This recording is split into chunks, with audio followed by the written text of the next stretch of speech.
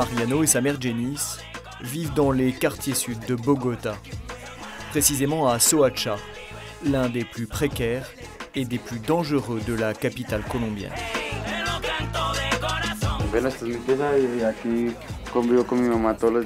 Une vie de famille simple et aujourd'hui apaisée, mais il n'en a pas toujours été ainsi.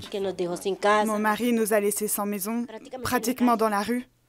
Alors en plus avoir un fils délinquant, que tout le monde juge et pointe du doigt dans le quartier, j'ai demandé à Dieu d'agir parce qu'aucune mère ne veut voir son fils finir en prison ou mort.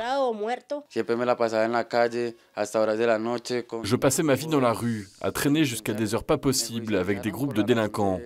J'ai été arrêté pour trafic de drogue. La juge m'a proposé un choix, aller au club ou aller en prison. J'ai choisi le club où j'ai purgé ma peine d'environ 4 ans. Le club Le Voici.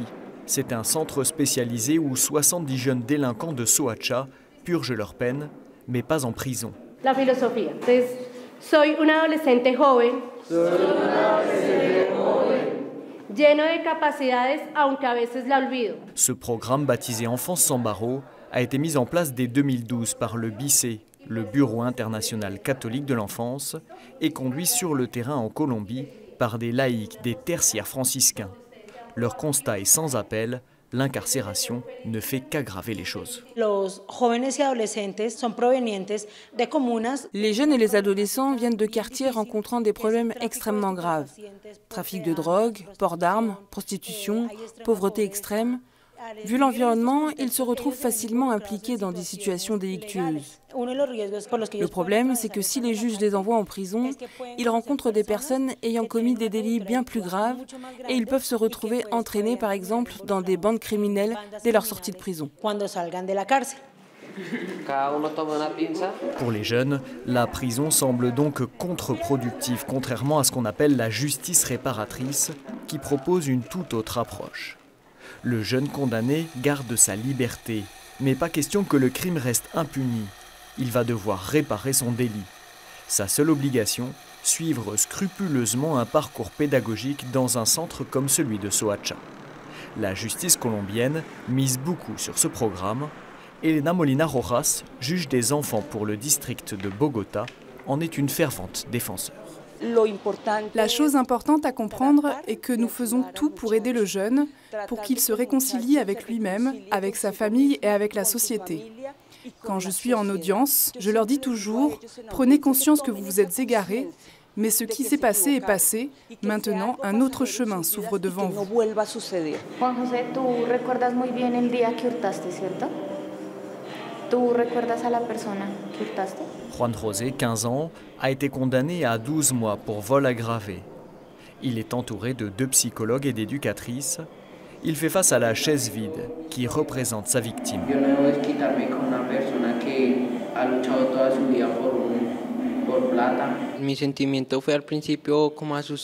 Au début, j'avais peur parce que je ne savais pas comment demander pardon à cette personne pour le mal que je lui avais fait. Mais c'est libérateur, parce que la vie de la rue, c'est laid. J'ai vu beaucoup de meurtres à cause d'une bagarre, d'un regard. Moi, j'ai perdu mon papa. Il a été assassiné. Ça a été dur. C'est lui qui a empêché ma mère de me battre. C'est là que j'ai commencé à consommer de la drogue. Je vendais tout ce que j'avais pour prendre ma cam. Je me suis détruit. Je me suis séparé de ma famille. Mais ici, j'ai commencé à reconstruire ma vie. Maintenant, j'ai des objectifs dans la vie. Para reparar tu daño. ¿Qué estás dispuesto a hacer? Tener mi carrera, la que siempre he querido. Y pues también de la carrera quiero sacar una fundación de perros recogidos de la calle.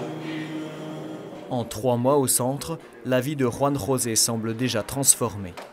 La reprise de ses études, les ateliers d'artisanat, le suivi spirituel et pédagogique ont été déterminants, comme aussi une certaine discipline. Tienes que dibujar esto y quítate la gorra. Quítate la gorra, Sebastián. Dans 80% des cas, le processus fonctionne. On met en place le suivi thérapeutique et réparateur, on fait des visites à domicile, mais certains font preuve d'une résistance totale, souvent à cause d'un passé très marqué par la délinquance. Ce sont des jeunes qui préfèrent continuer dans les gangs et ça ne les intéresse pas de changer de style de vie. Pour éviter au maximum les cas d'échec, la loi colombienne a prévu d'impliquer aussi les parents dans le processus. Nous le constatons dans cet autre centre dans le quartier de Venecia. Tenemos que reconocer dentro de esa familia que estamos dibujando si perdimos un hijo o dos, porque ellos también hacen parte de nuestra familia. Des formations d'aide à l'éducation sont dispensées ici par des professionnels à plus de 200 familles dont les enfants ont été condamnés. La loi 1098 de 2006, qui est le code de l'enfance et de l'adolescence, nous dit que l'adolescent avec sa famille sont co-responsables du processus légal. La famille est un soutien essentiel dans ce processus. Nous offrons dans les centres un service professionnel qui sert de guide. Mais avec qui le jeune passe-t-il tout son temps? Avec sa famille. Donc, s'il y a un accompagnement familial, il y a une moindre probabilité que le jeune rechute dans ses actes délictueux. Un accompagnement d'autant plus important que la plupart des familles sont monoparentales, un véritable désastre social en Colombie. Dans 80% des cas de délinquance juvénile, la mère est seule pour éduquer ses enfants. Bien souvent, nous les mamans, on croit que pour être de bonnes mères, il faut laisser faire à nos enfants tout ce qu'ils veulent. Mais ce n'est pas vrai et c'est ici que je l'ai appris. Il faut que je sois plus dure avec lui, moins permissive. Je dois savoir où il est, avec qui il est et ce qu'il fait en ce moment.